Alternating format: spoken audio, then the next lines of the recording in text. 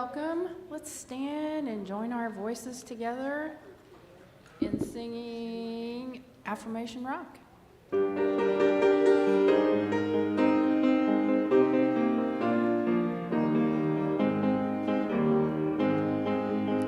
am a powerful, creative, spiritual being. I am a powerful, creative, spiritual being. I can create anything I want this life. I can create anything I want this life. The universe is on my side, and I am love. The universe is on my side, and I am love. You are a powerful, creative, spiritual being. You are a powerful, creative, spiritual being. You can create anything you want this life. You can create anything you want this life. The universe is on your side, and you are love. The universe is on your side, and you are love. We are powerful, creative, spiritual beings. We are powerful, creative, spiritual beings. We can create anything we want this life. We can create anything we want this life. The universe is on our side, and we are love. The universe is on our side, and we are love. We are love. We are love. We are love. Very nice. Thank you for being here on a Daylight Saving Sunday and the first Sunday of spring break. Take a moment, greet your neighbors, and when you hear us start to play, come on back and sing with us.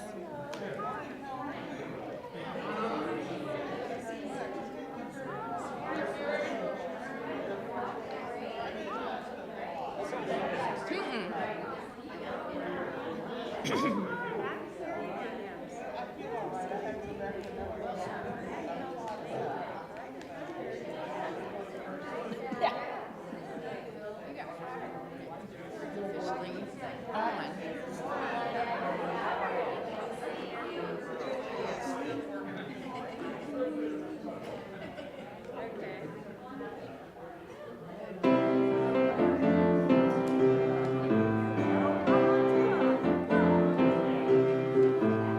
Pray for peace. Pray for peace. Pray for wisdom. Pray for freedom. Pray for peace. Pray, but move your feet. Pray, but move your feet. Pray for peace. Pray for peace. Pray for wisdom. Pray for freedom. Pray for peace. Pray, but move your feet. Pray, but move your feet. Pray for peace. Pray for peace. Pray for wisdom. Pray for freedom. Pray for peace. Pray, but move your feet. Pray, but move your feet. Pray, pray, pray, but move your feet.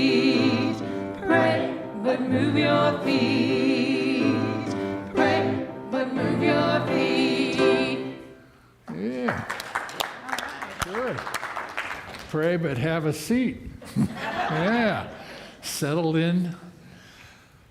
Let's go into here and now. We come together from all over the place. We come together with all kinds of things going on. This is a good place to be. This is a good place to bring everything that's going on in your life. All of the questions and all of the celebrations. Bring it all into this one presence and one power of absolute goodness. And trust the process. Trust that activity of absolute goodness. So as we come into this place, we bless all churches and spiritual traditions everywhere. We acknowledge that we are one with them. We join with them in an openness and receptivity to that presence and power of absolute goodness. Feels good to be here. Glad that you're here. Glad that you're joining us online. Unity of Bloomington's a special place.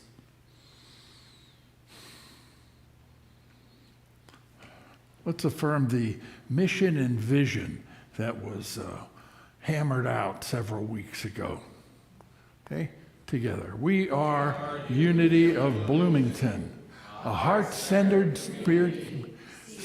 spiritual awakening and transformation by deepening connections with God, self, and others.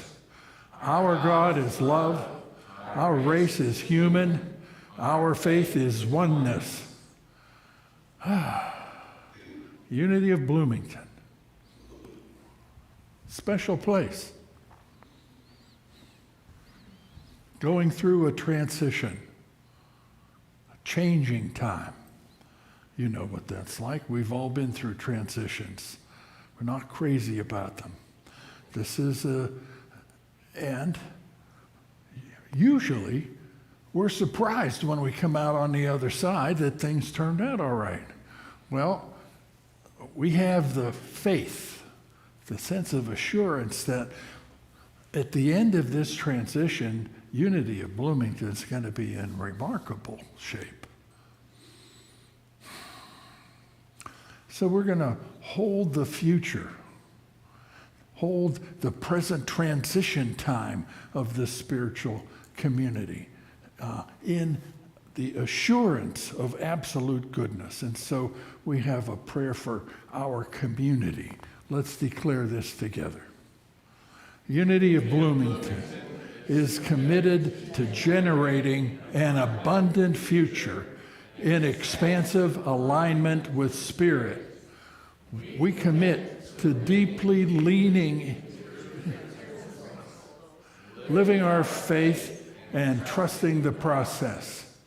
Our greatest desire is to be abundant and attract all those who value spiritual growth, including our next right minister. The next right minister, whoever that may be. We'll be starting a search process in a week or two by forming a group of people that will be functioning as a search team. My time with you is winding down.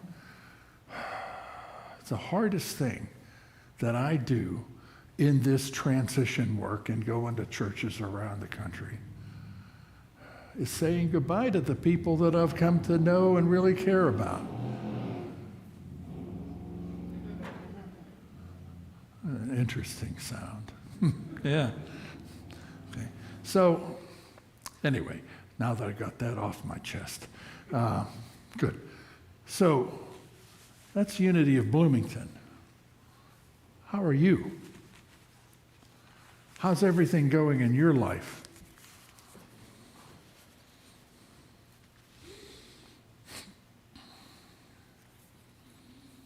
Everything good? You going through a transition? There's always something we can work on. There's always something that's not quite right. And we've been in the middle of a process of applying creative spiritual principles to our lives. Unlocking the spiritual potential as co-creators with God.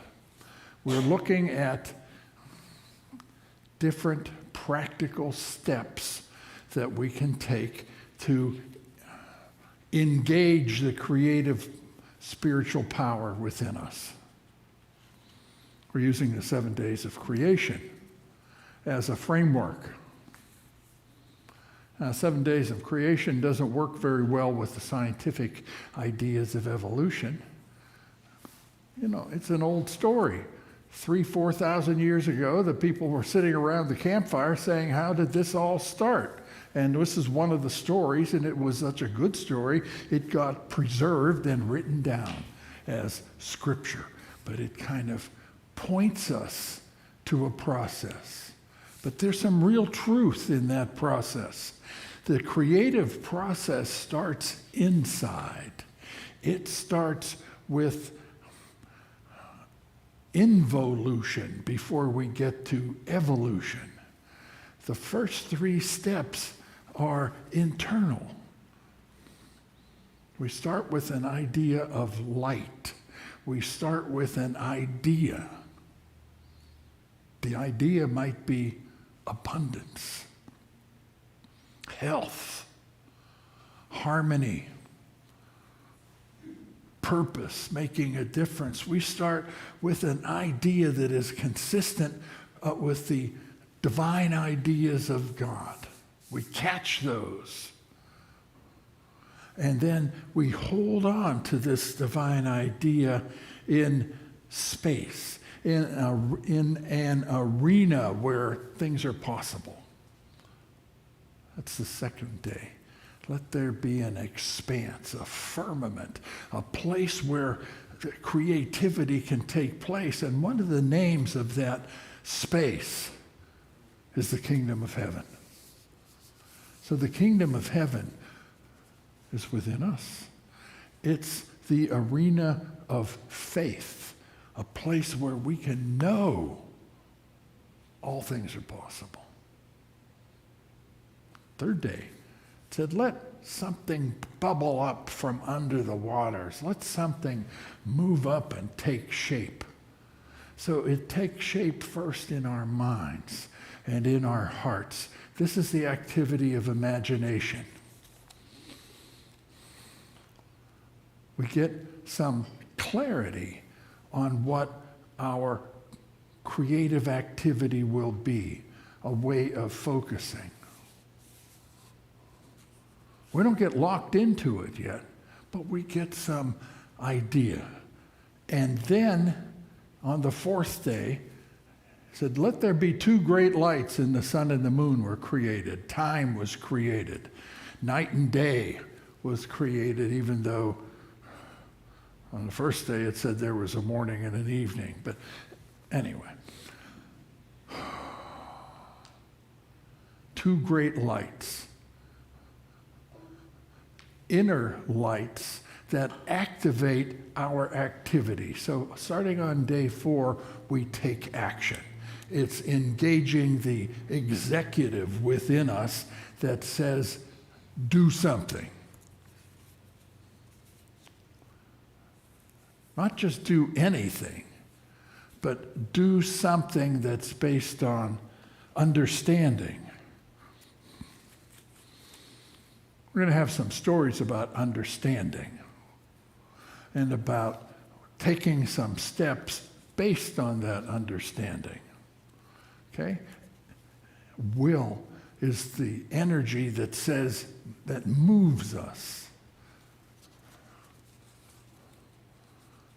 Using will by itself could be impulsive, misdirected.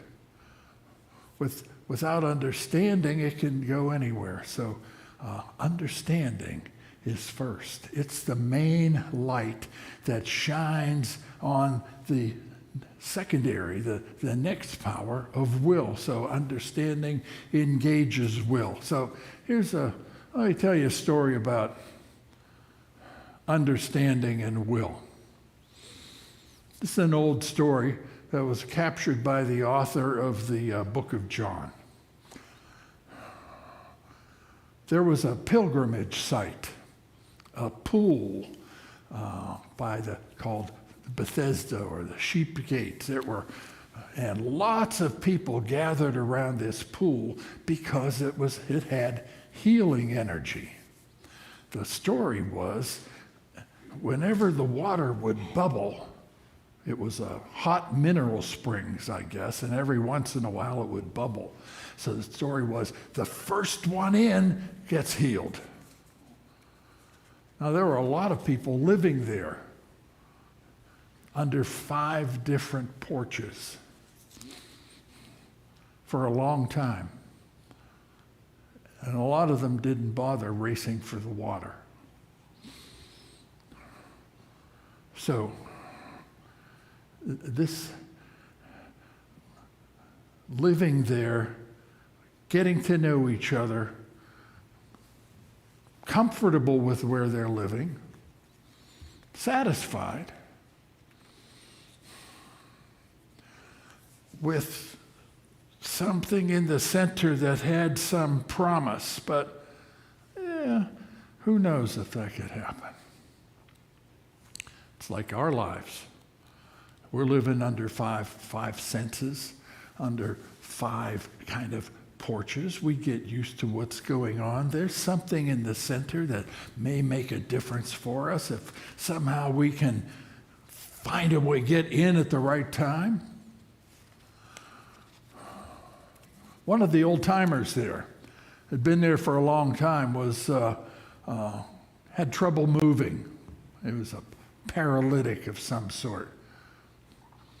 Well, Jesus came into this health spa and saw this guy there who's been there for a long time, and, started talking to him. How you doing? How long you been here? Do you want to be healed? That was a big question.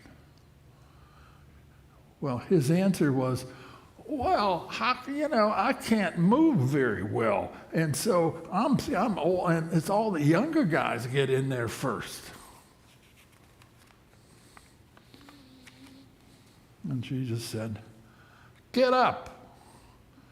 Get off of this story that you're telling yourself and pick up that mat that you've been living on and walk. Get up. And he did.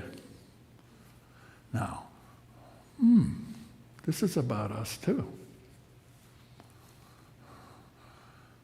Every once in a while, we are surprised by a spiritual insight that comes in and rearranges the way we think. Rearranges what we think is possible and energizes us. So he didn't call on Jesus. Jesus was around. We don't necessarily have to call on the spirit of health and vitality and love and wisdom. It's already around, and sometimes it emerges in a surprising way. And so he got up. He was all right. He had a story in his mind that kept him paralyzed. His misunderstanding of the nature of reality caused a misdirection in the way his life went. So our understanding, what we think, what we believe, really affects what we do. And a lot of times, it's wrong. There was a quote that I found from one of those rah-rah teachers. It's not what we know, and it's not what we don't know that causes us to suffer and fail. It's what we think we know that just isn't so that causes us to suffer and fail. We understand things incorrectly sometimes. We have misguided thoughts, misguided theories that send us off in the wrong direction or keep us stuck in a place where we think that it can't get any better than this. So misunderstanding misdirects the will. Well, the will is necessary. We have to get up and move. So you see the balance there, the interaction of understanding and will about how the inner can affect outer action. So here's another story for you about understanding and will. And Marianne Williams is going to share that story from her experience. Welcome, Marianne.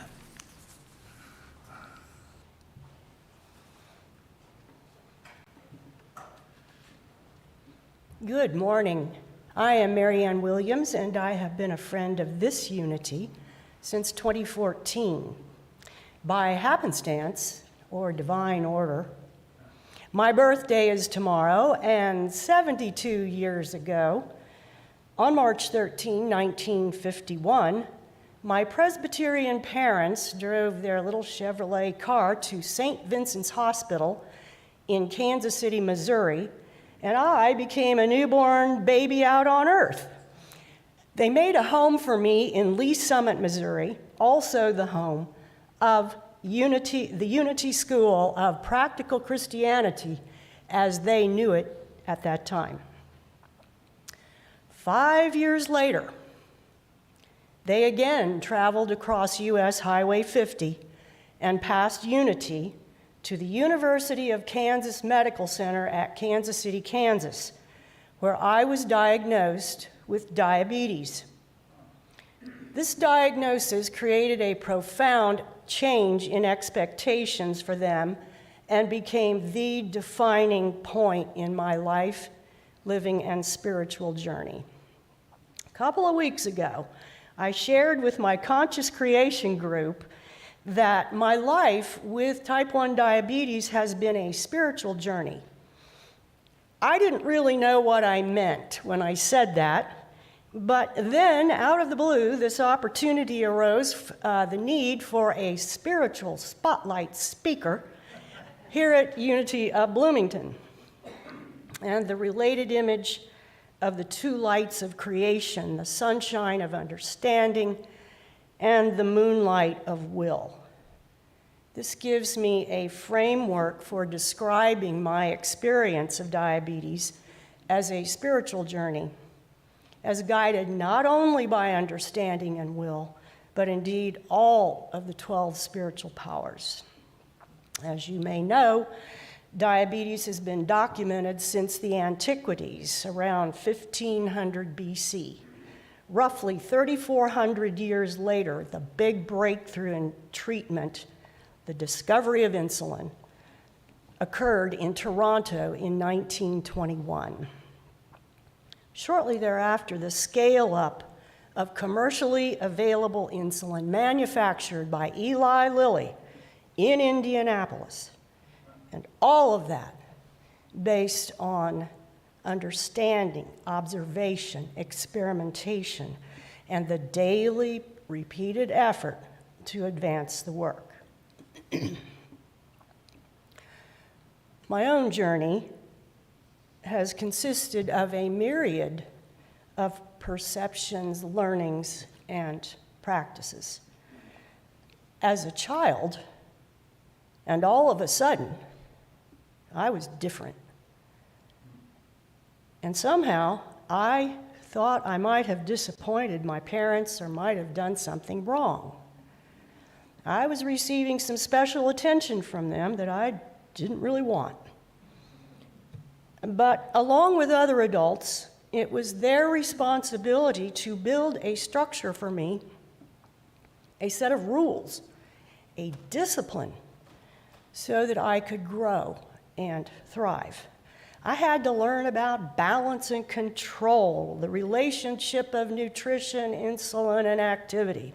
I had to learn about nutritional values, the various food groups, and the amount needed to sustain my energy. I had to learn about timing, the duration of insulin doses, the amount of time it took for food to digest. I had to use equipment for testing and needles and syringes and how to address high and low blood sugars. I had to keep up with updates, breakthroughs in thinking, in the new science, the changes of opinion, and metrical values, ratios, how much insulin is needed to cover a given amount of food. There was a lot of math, and I want to tell you, it was awful. It was really awful. But somehow, and in general, I did not allow my attitude to be that way. I was able to embrace the moonlight of will. Day by day, week by week, month by month, and year by year, I was supported by my medical staff, my family, and my husband, especially my husband, Richard Torstrick. I had to practice these learnings, and I continue to do so to this very minute. Throughout the 6 decades, I've been through some stages, generally leading to better control and the possibility for enjoying an abundant life, complete with 2 master's degrees, a career in training delivery, and group process facilitation. Even a career chapter involving extensive travel away from home. Looking back, I note the various spiritual and physical waypoints, and I now realize that I'm really not so different. Everyone has challenges to manage, and similar to the spiritual journey, the practices include living with various states of mind, states of awareness, for me related sometimes to blood glucose levels, struggling with temptation, what to eat or not to eat, learning to correct errors, drawing on great scholarship, developing a sense of community, which has been kind of hard, and always returning to the center. It's so much like returning to the center after a distraction in meditation, always and ever coming back to that clear state. It's an omnipresent condition. Recently, my endocrinologist said to me, "Marianne, you are not one of the people that I lay awake worrying about at night. I think you might reach 90 years of age." Oh, that made me smile. It's all well and good. The first girl who took insulin back in the 20s lived a very long life, and she was close to death when she was diagnosed and given insulin. So I may reach that 90, but you know, my time is passing. And what I want to point to in conclusion is where others are concerned.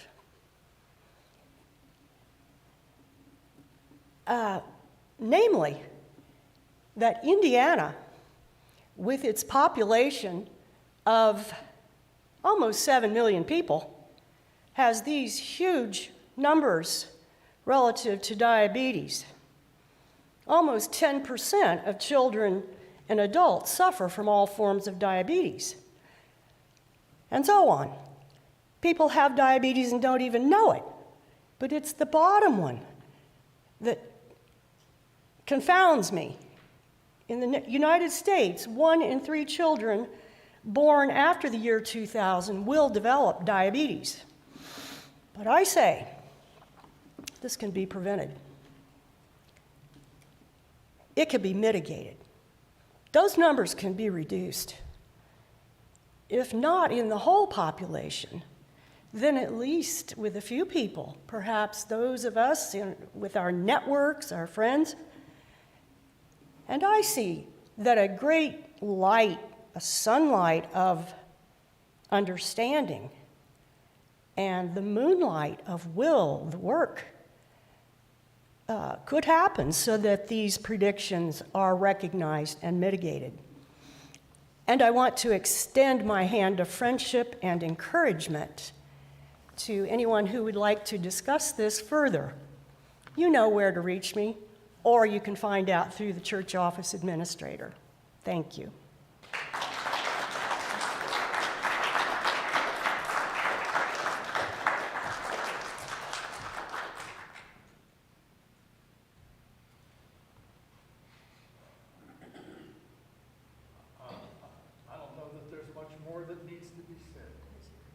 Okay, wonderful. Thank you, Mary Ann. Inside work and then outside work. In the realm of ideas, everything depends on enthusiasm and passion. But in the realm of manifestation and being in the world, everything depends on perseverance and work and action. We have to get started.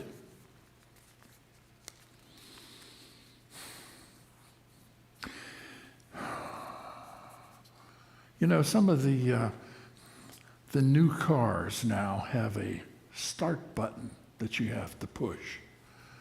You know, when I was growing up, cars that I drove had a start button that you had to push. It was different. You turn the key and then push the button. Now there's no key. There's some electronic fob, and instead of a $2 key, you've got a $200 electronic thing. You know, but then you have to push the start button. But we have start buttons that have to be pushed. And we might have snooze buttons beside us that we automatically push. I got to the point where I could push that snooze button and not even be close to waking up. That's like being a paralytic and not doing what's ours to do. Not taking the action that we need to take.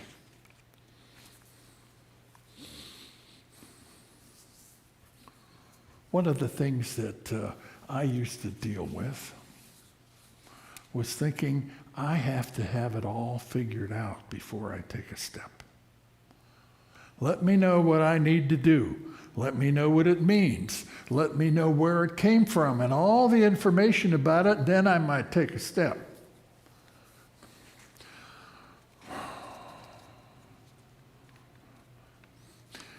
When I was at the Unity Church of Denver, there was an aerospace engineer that attended that worked at Lockheed Martin, and he worked on the space shuttle program.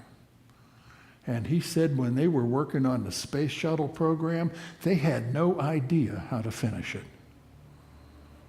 There were so many things that needed to be done, so many projects and creative things that needed to be figured out that they knew that they wanted it all come together and what they wanted, but they didn't know it all whenever they were doing it. But they took some steps and they worked on the heat shield and they worked on this and they worked on that, and the pieces started to come together.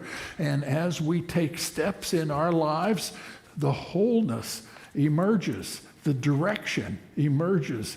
Wisdom shows up and directs us. That presence shows up and lets us know where the next step is. Something else shows up. The inevitable appearance of opposition. For every action, there's an equal and opposite reaction. You get an idea, and all of a sudden comes up, that won't work. How's that going to work? Nobody's done that. Oh, the people, all kinds of resistance comes up. It made some people think that there was an oppositional power an evil power in the world working against goodness. No, there's only one presence and one power. But there is homeostasis. There is inertia. There is comfort. There is procrastination that keeps us living forever around that comfortable possibility of more. When I was in ministerial school, they called that second force. They've changed that because it sounds kind of negative. Okay? This opposition, this negativity, this resistance that shows up when we want to do something. Well, there's a classic philosophical model of the dialectic. You have something that you want to do, and as you start doing it, the opposite comes up. The thesis, and it generates an antithesis. Now, what happens when that shows up? Oh man, that's not meant to happen, is it? If there's resistance, it's not the flow. You need to go with the flow, man, and you just go where it's easy. If some resistance comes up, that means step back. Well, a lot of stoner culture is misdirected, misunderstanding.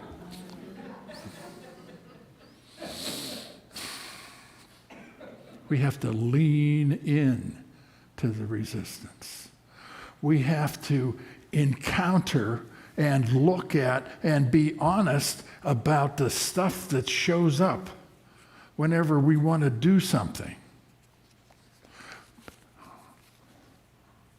Be honest about the obstacles that present themselves. When resistance shows up, that means that movement is taking place. Resistance, opposition doesn't show up when you're still. Sometimes it does in your thinking, but unless you take a step, you're not going to see what it is that you need to lean into and maybe push through. A lot of you know how important it is to push when you're giving birth. It may not be pleasant, but there's something really good on the other side. We need to push. We need to take informed, spiritually directed steps to engage our will. Our will is remarkably powerful.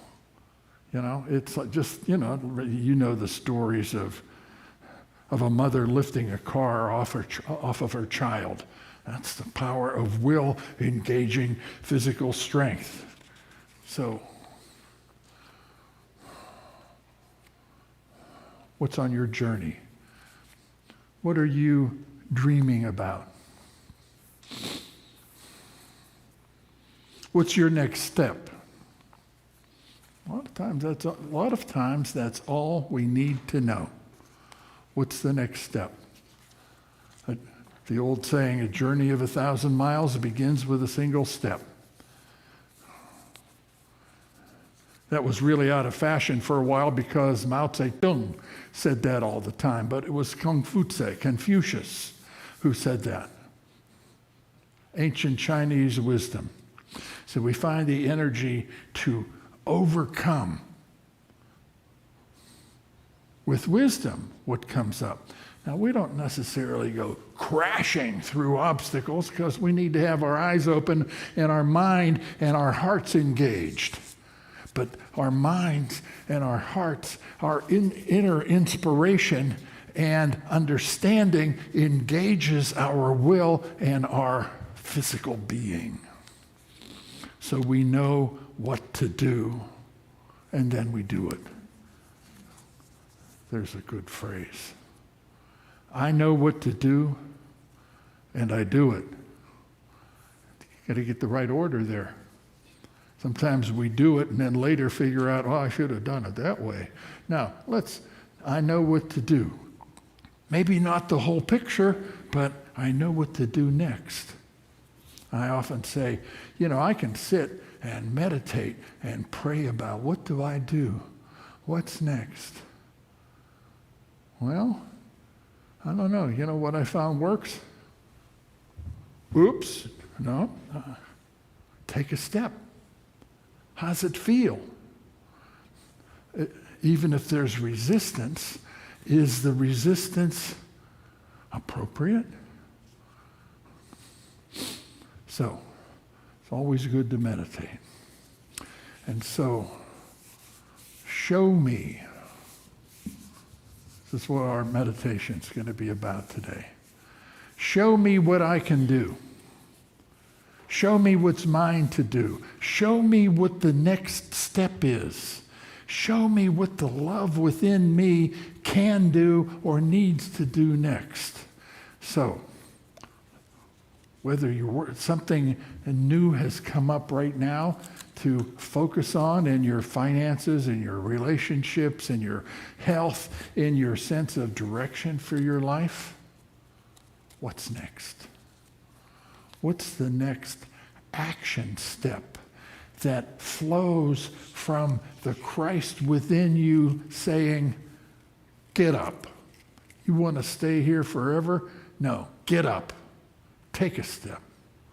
So we're going to sing a new song. Use me, God.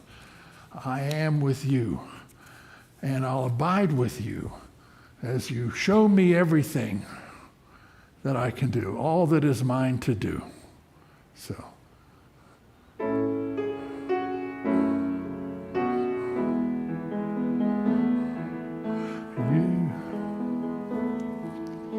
Use me, oh God, I am with you, and here I'll abide as you show me all that I can do.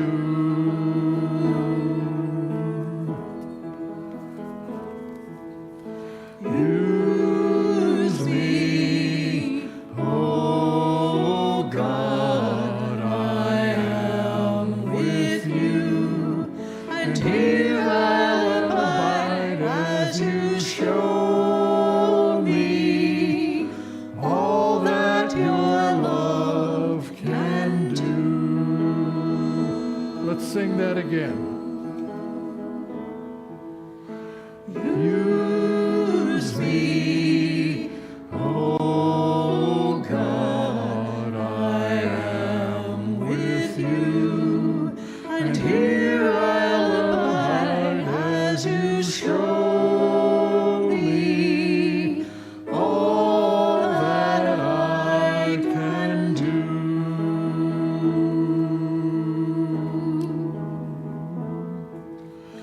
Use me, oh God, I am with you, and here I'll abide as you show me all that your love can do.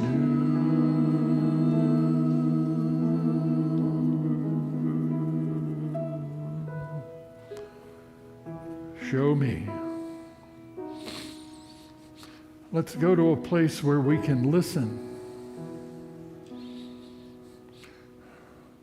Let's go to a place of receptivity in the depths of our being. So let go and settle into a holy place within you.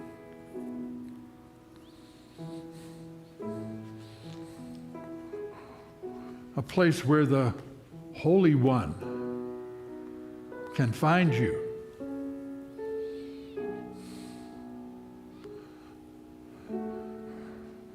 Let go to a place where you can be open and receptive, responsive, and obedient to infinite love and wisdom.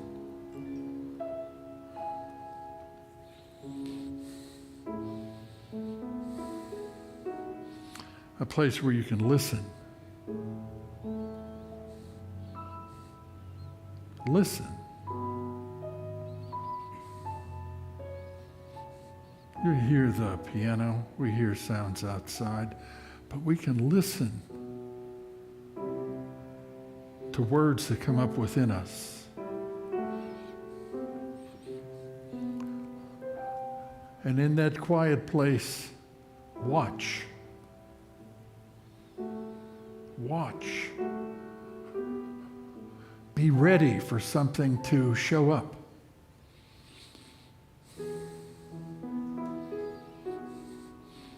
You might say, yes, I do want to be healed. Yes, I do want a good relationship. Yes, I do want security in my life. Yes, I do want to make a difference. Show me. Show me. I'm listening. I'm watching. I'm waiting in the silence.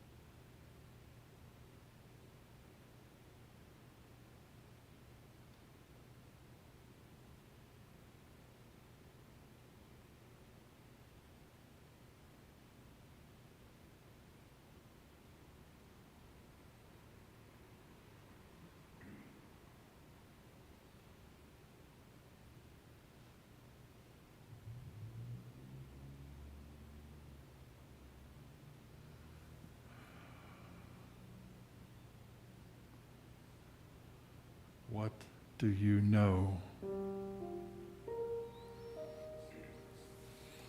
Is there a thought that you can hold? Is there a word that you can say?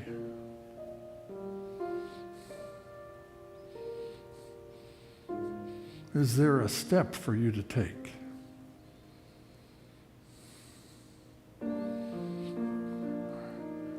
Now what?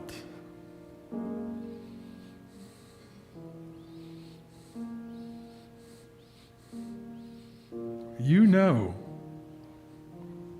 something of what to think. You know something of what to say. You know something of what to do. And so you might say to yourself right now, I know what to do. And I'll do it. I know what to do. And I'll do it. And in so doing, we make a difference in the world. We allow the divine goodness to use us. We allow God's will to flow through us and make all things well. Here I am, Lord. Use me. Guide me. Take me. Lead me. We're dedicated. Thy will be done. thy will be done.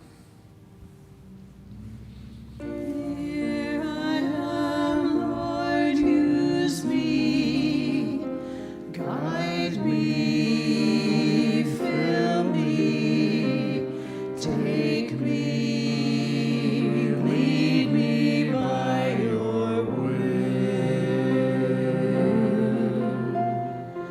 Here I am, Lord, ready to follow, to serve you, to love you, to be you in this world. Thy will is done through me this day. Thy will is done through me this day. Lord, you call, I answer. I'm open, I listen. I hear you, I feel you move in me. Lord, I come closer, humble, surrender, lifted, committed to your plan. Thy will is done through me this day. Thy will is done through me this day. Here I am, Lord, I come. Here I am, Lord, I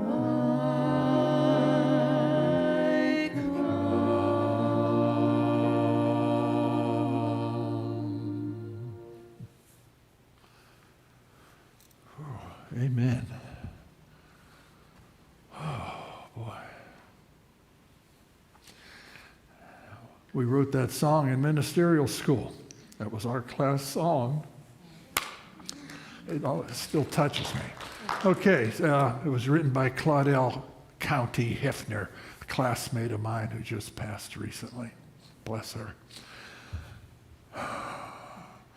Okay. We know what to do and do it. Okay, so if you have any prayer requests, you have any notes to put to this, to the office, if you would like to prepare an offering, this is the time to do it. We bless all that we have, all that we are, and all that we give. And we have an affirmation about the nature of reality here that is about giving. So let's declare this abundance blessing together. I am an abundant being, living in an abundant universe. I am not dependent on people or situations for my good. God is the source of my good. I always have something to give, and I give it. I expect the best. I give my best. And now I attract the best in every experience. I give with gratitude, generosity, generativity, and grace. Leave that up there for a minute, Seb. We always have something to give. You know why? Because the presence of God is within us, and it is constantly giving. So our alignment with that limitless, unconditional flow of goodness is called grace. It's called generosity. That makes a difference. So in the prosperity teachings, a lot of times they say, you give this and you'll get this, kind of as if it's a magic formula. No, there's no cosmic bookkeeper keeping track of what you give. There's a sense of, are you aligned with the flow of goodness in the universe? Prosperity teachers often say, give to the source of your spiritual good. Give to where you're fed. And so whenever you are part of a community and you get something out of it, you give with gratitude. Gratitude is the response for getting something good, something that you like. Gratitude is an impulse for giving.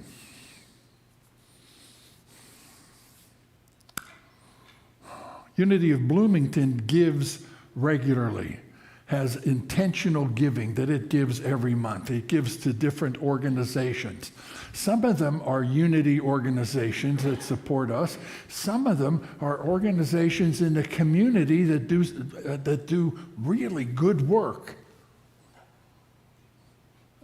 That doesn't necessarily feed us, but it is recognition that God's good is working through that. And so that's where that word generativity comes from.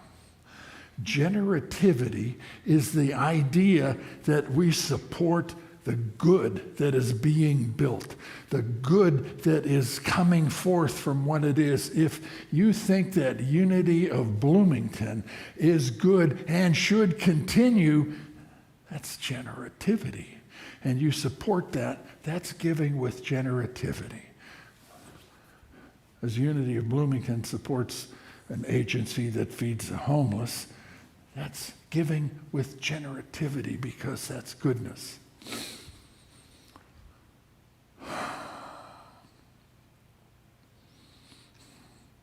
Nonprofits are always asking for money. Churches are always asking for money. People get that, and people say that. People stop coming to church because of that. Well, nonprofits need to work on donations.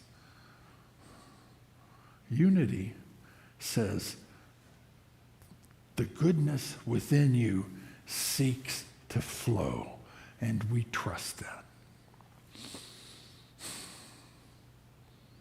Those of you watching online are benefiting from quite an investment that Unity of Bloomington has made in streaming these services.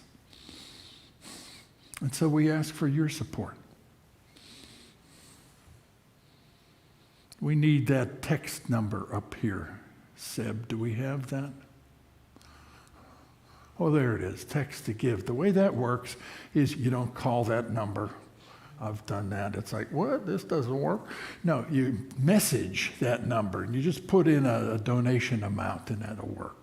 So those of you watching online, message and a donation amount to 844-493-1602. Okay, let's go back to that last affirmation about giving, the last line here. Let's declare this last line together. I give with gratitude, generosity, generativity, and grace. So it is. Amen. Okay. I am open and willing to believe. I am open and willing to see all of the blessings surrounding you and me. I am open and willing to receive.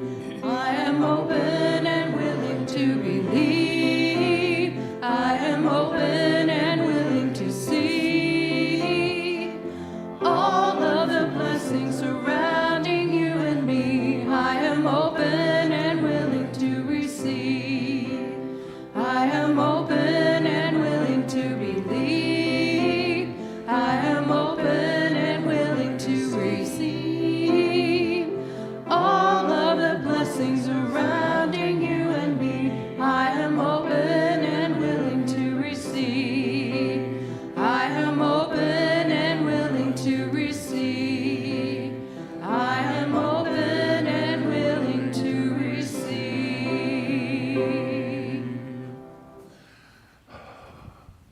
Thank you for your support of this spiritual community.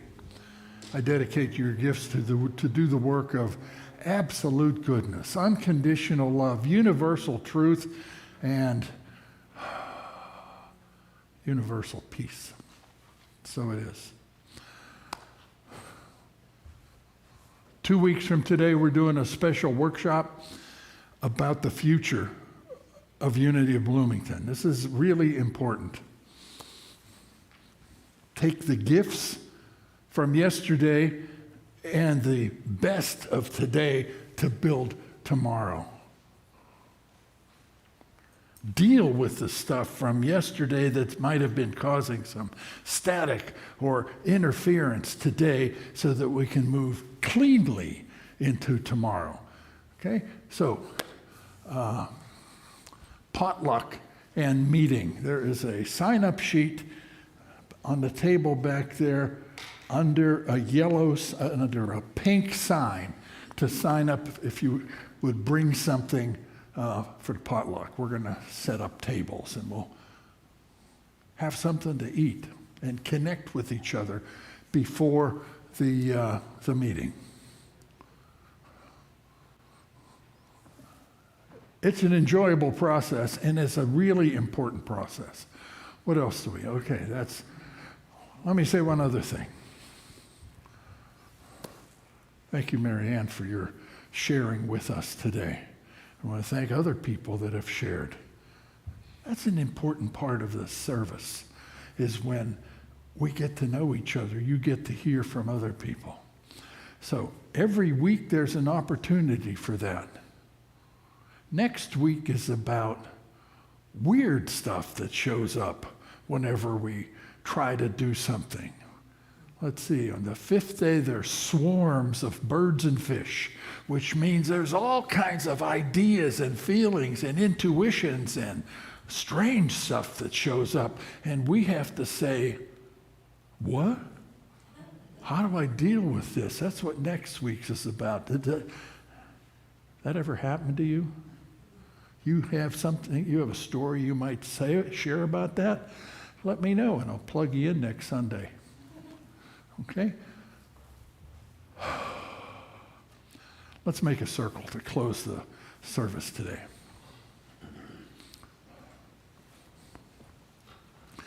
Just stay right there, Melanie. Okay?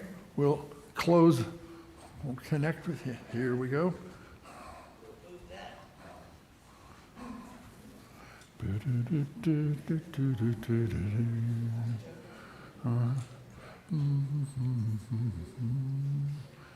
Okay,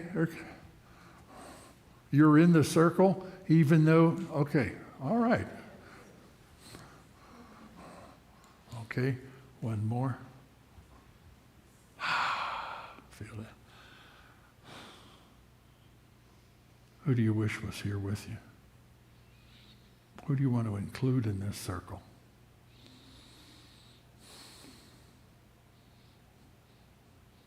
Any names or situations you want to mention?